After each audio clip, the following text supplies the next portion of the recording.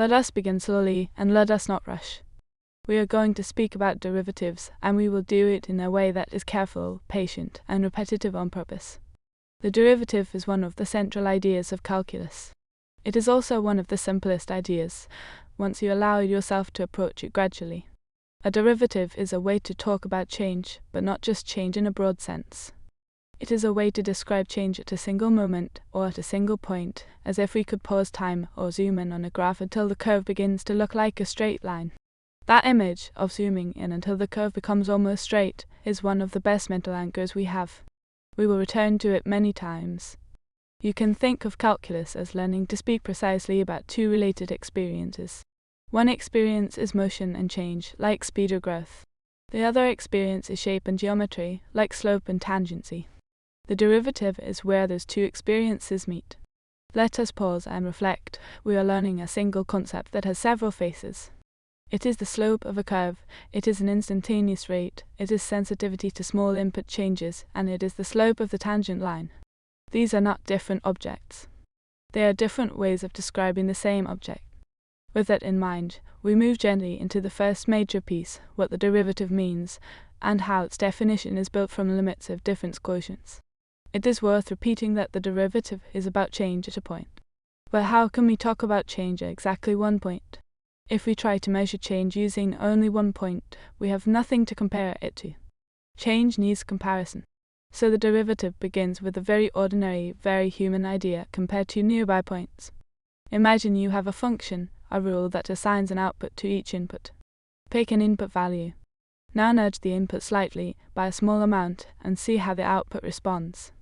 The most basic measure of change is the change in output divided by the change in input. This is the average rate of change over a small interval. It tells you something like how steep the graph is between those 2 points. This ratio, change in output divided by change in input, is what people call a difference quotient. It is not yet the derivative, but it is the raw material from which the derivative is made. Now we do something that calculus is famous for. We do not stop at a single small interval. We imagine the interval shrinking. We choose the second point closer and closer to the first. Each time, we compute the same kind of ratio, change in output divided by change in input. And we ask whether these ratios approach a stable number as the points become arbitrarily close. If they do approach a stable number, that stable number is the derivative at that point. The derivative is, in that sense, a limit of difference quotients. It is the number you get when you push the average rate of change toward an instantaneous rate of change. Let us pause and reflect. The derivative is not defined by plugging in a zero change in input. That would lead to division by zero, which is not meaningful in ordinary arithmetic. Instead, the derivative is defined by approaching zero, by taking a limit. The input change becomes smaller and smaller, and we look for a pattern, a convergence, a settling down. It is worth repeating, a derivative is a limit. It is the limit of average rates of change as the interval becomes tiny. That is the formal heart of the definition. Now, from this definition, several interpretations become natural. First, the geometric interpretation. If you draw the graph of the function, and you pick a point on the curve, you can draw a line through that point and a nearby point. That line is called the secant line. Its slope is the same as the difference quotient. As the nearby point slides closer and closer to the point of interest, the secant line rotates and settles towards a limiting position. If there is a limiting line, that line is the tangent line. The slope of that tangent line is the derivative. So, in a common sentence, the derivative at a point is the slope of the tangent lying to the graph at that point when such a tangent line exists in a reasonable sense. Second, the physical interpretation. If the input represents time and the output represents position, then average rate of change is average velocity. Shrinking the interval makes the average velocity become the instantaneous velocity. So the derivative becomes speed with direction at a particular instant. But the physical interpretation is not only about motion. It is about any situation where one quantity depends on another. The derivative measures sensitivity. If I change the input a tiny amount, how much does the output change, approximately? The derivative answers it in the most precise way possible. Let us pause and reflect again. Slope, instantaneous rate, sensitivity, tangent line. These are all the same idea. They are all the limit of the difference quotient seen through different lenses. Now one more gentle remark. The derivative is local. It is not about the whole function at once. It is about what happens near one point. It tells you what the function looks like when you zoom in around that point. And when you zoom in far enough, a differentiable function looks almost linear. That idea, that local linearity emerges from differentiability, will guide much of what comes later. Before moving to rules, let us summarize what we have established. We have established that we start from an average rate of change computed from 2 points. We then shrink the distance between the points. If the ratio approaches a stable number, that number is the derivative. Geometrically, it is the tangent slope. Dynamically, it is instantaneous rate. Practically, it is sensitivity. It is worth repeating because it is foundational. The derivative is a limit of difference quotients, and it measures the best local linear description of the function. Now, having this definition, we naturally want to compute derivatives efficiently. That leads us to differentiation rules. The definition we just discussed is conceptually beautiful, but it can be slow to use if we apply it from scratch every time. Many functions we care about are built from simpler ones. The rules of differentiation are a way of respecting that structure. Let us move slowly through the main rules and keep returning to the guiding thought. Derivatives describe local linear change, and rules are ways to compute that local linear change without repeating the limiting process each time. Start with linearity. Linearity is the idea that differentiation interacts nicely with addition and scaling. If you take two functions and add them, the derivative of the sum is the sum of the derivatives. If you multiply a function by a constant, the derivative is multiplied by the same constant. Why is that reasonable? Because adding outputs adds their small changes, and scaling outputs scales their small changes. In a local, zoomed-in view, small increments behave additively. The derivative, being the best local linear description, preserves that linear behavior. It is worth repeating, differentiation is linear. It respects addition and constant scaling. This is one of the main reasons calculus feels coherent rather than chaotic. Next comes the power rule. The power rule is a pattern for functions that look like a fixed power of the input. The rule tells you that when you differentiate such a function, you get another power of the input scaled by a constant that depends on the original power. Even without symbols, you can hold on to the shape of the idea. The derivative of a power function is still a power function, but with the exponent reduced by 1 and with a coefficient that reflects the original exponent. That is the typical statement. Why should that be true? Intuitively, powers represent repeated multiplication of the input by itself. When the input changes slightly, every copy of the input contributes to the overall change. The scaling factor in the derivative reflects how many ways that small input change can appear among those copies. This is not a complete proof, but it provides intuition that a number of factors shows up as a multiplier. Let us pause and reflect. The power rule is not magic. It is a compressed summary of what the limit definition produces, again and again, for power functions. Now we move to the product rule. Many functions are products of simpler functions. If you multiply two quantities that both depend on the input, the change in the product comes from two sources. The first factor changes while the second stays nearly the same, and the second factor changes while the first stays nearly the same. In fact, locally, the change in the product is approximately the first factor times the change in the second, plus the second factor times the change in the first. That sentence is the heart of the product rule. It is also the heart of the idea of small changes. When changes are tiny, the product of two tiny changes becomes even tinier, so it is often negligible in the first approximation. That is why the product rule has two main terms rather than many complicated terms. It is worth repeating. If something is a product, then its instantaneous change comes from each factor's instantaneous change, one at a time, added together. You can hear the structure of linear approximation inside the rule. The quotient rule is similar, but now we have a ratio. A ratio changes when the numerator changes and also when the denominator changes.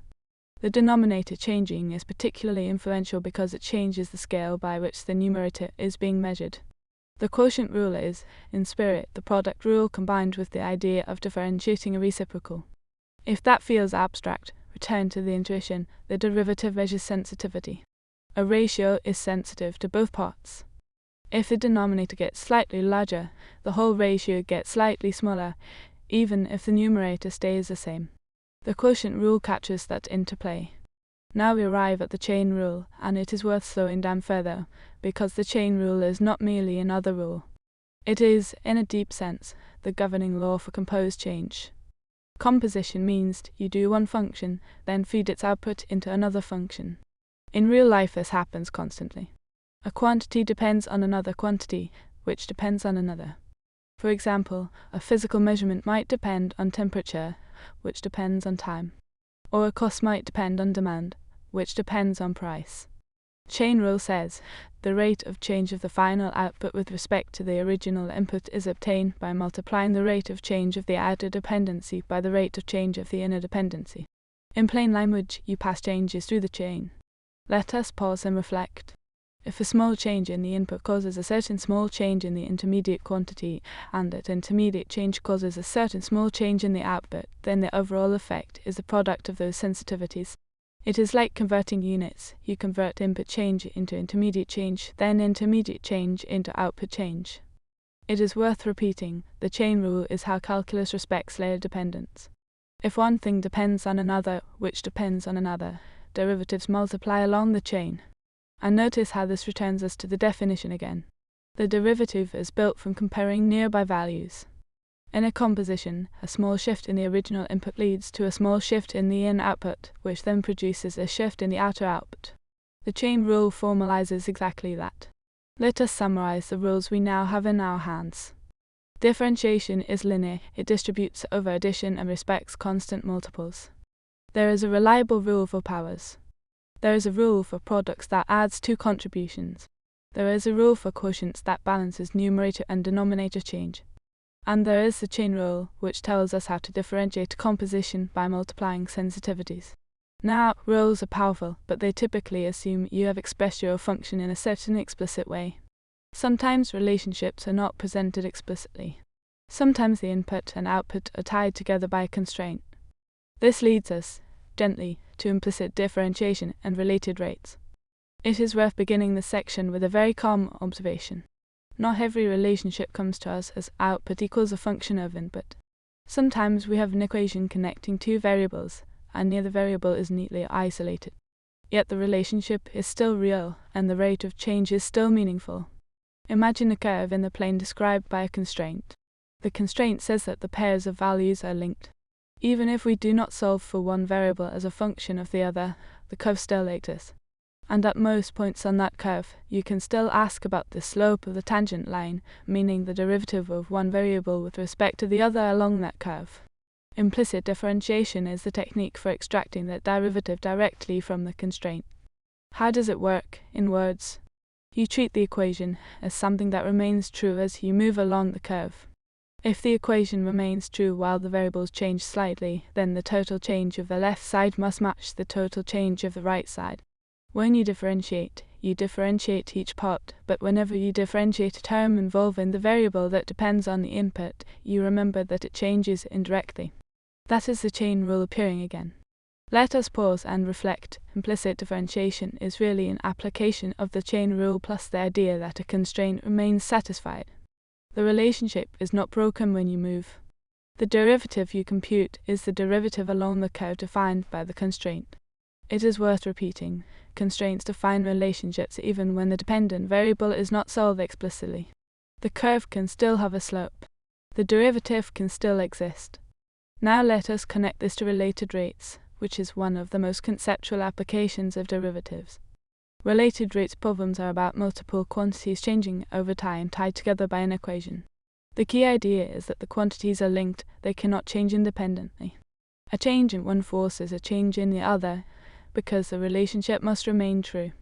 In a related rate situation, you typically know how fast one quantity is changing at a particular moment, and you want to find how fast another quantity is changing at that same moment. The derivative gives the rate. The constraint gives the link. Differentiating the constraint gives an equation connecting the rates. Let us slow down and say that again in softer words. You have a relationship, something that must remain true.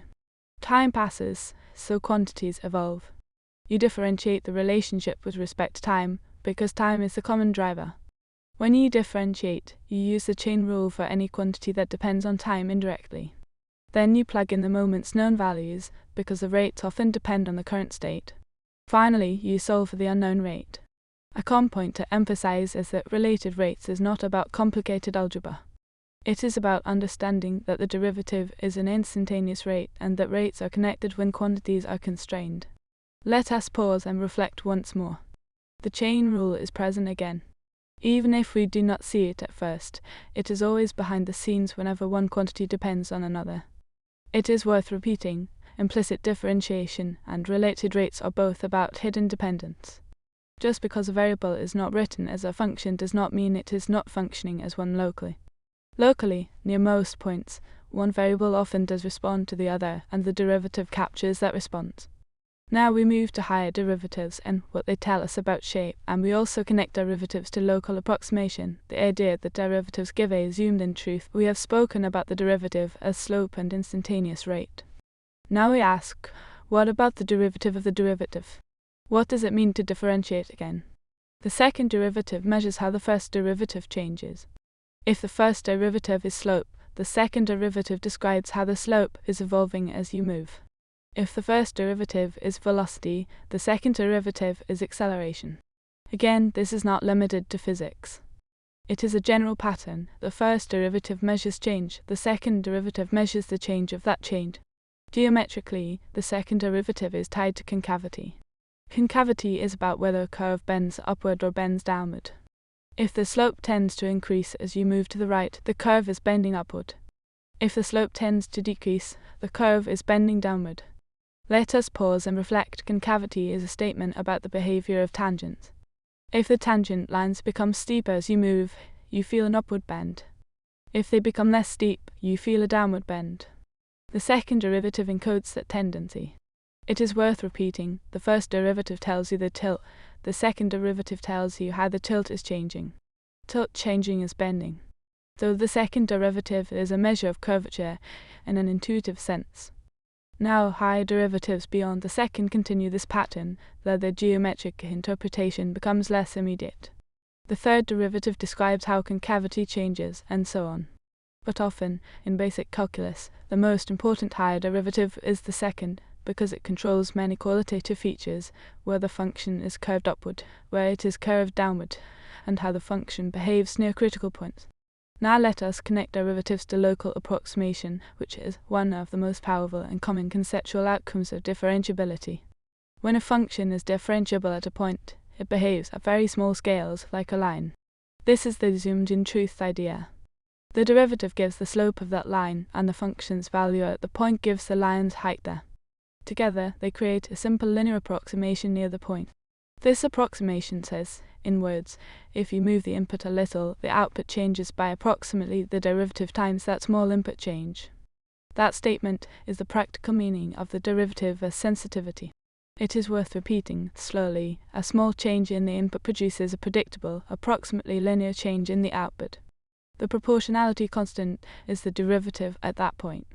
This idea is sometimes described using differentials, but we will keep it verbal. Think of it as a local conversion rule. Near a point, input changes and output changes are almost proportional. The derivative is the conversion factor. Let us pause and reflect. This is why derivatives are not merely abstract. They are tools for approximation. They allow us to replace a complicated function, near a point, with a simple linear model. And because linear models are easy to compute with, this becomes a practical method. This also brings us back to the concept of tangent line.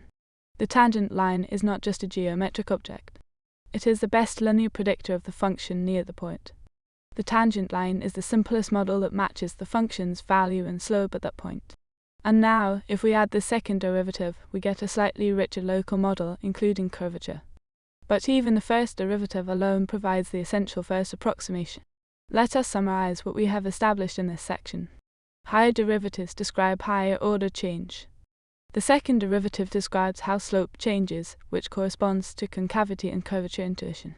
The derivative also supports local approximation. Near a point, the function behaves like a line, and the derivative gives a proportional relationship between small input changes and small output changes. It is worth repeating, differentiability means local linearity. Derivatives are the data of that local linearity. Second derivatives describe how that linearity itself shifts as you move. Now, to close our piece on derivatives, let us take a slow unifying summary, repeating the main ideas in a calm cycle. Let us pause and reflect one last time, and let us gather the threads. We began with the definition of the derivative. We said it comes from average rates of change, computed between 2 points. We then let those points become closer and closer. If the resulting ratios settle toward a stable number, that number is the derivative at the point. So the derivative is a limit of difference quotients. We then said, gently and repeatedly, that this single number can be understood in multiple equivalent ways. It is the slope of the tangent line to the graph. It is an instantaneous rate of change. It is a measure of sensitivity, how much output responds to a tiny input change. And it is the key to local linear behavior, the idea that a differentiable function looks straight when you zoom in enough. Then we discussed differentiation rules, which are ways to compute derivatives without repeating the full limit process every time. We recalled linearity, which says derivatives behave well with sums in constant multiples. We recalled the power rule, a pattern for power-like functions. We recalled the product and quotient rules, which express how instantaneous change distributes across multiplication and division. And we lingered on the chain rule, the governing law for composition, reminding ourselves that composed change multiplies sensitivities along the chain. Then we turned to implicit differentiation and related rates. We emphasized that constraints can define relationships even when nothing is solved explicitly. Yet derivatives still make sense along a constrained curve. Differentiating the constraint with the chain rule quietly in the background links the rates of change of related quantities. Finally, we moved to higher derivatives and shape. We said the second derivative describes how slope changes, giving concavity and curvature intuition, and also aligning with acceleration when time is involved. And we returned again to approximation, near a point. The derivative tells you the best linear predictor of the function's behavior. It is worth repeating, as we come to rest, the derivative is a single, coherent concept. It begins as a limit of average change. It becomes slope, rate, and sensitivity. It enables computation through rules. It handles hidden relationships through implicit differentiation. It reveals shape through higher derivatives. And it supports approximation by turning a curve into a line locally, quietly, reliably. And with that calm picture in mind, we can let the idea settle. Derivatives are the language of local change, spoken slowly, 1 point at a time.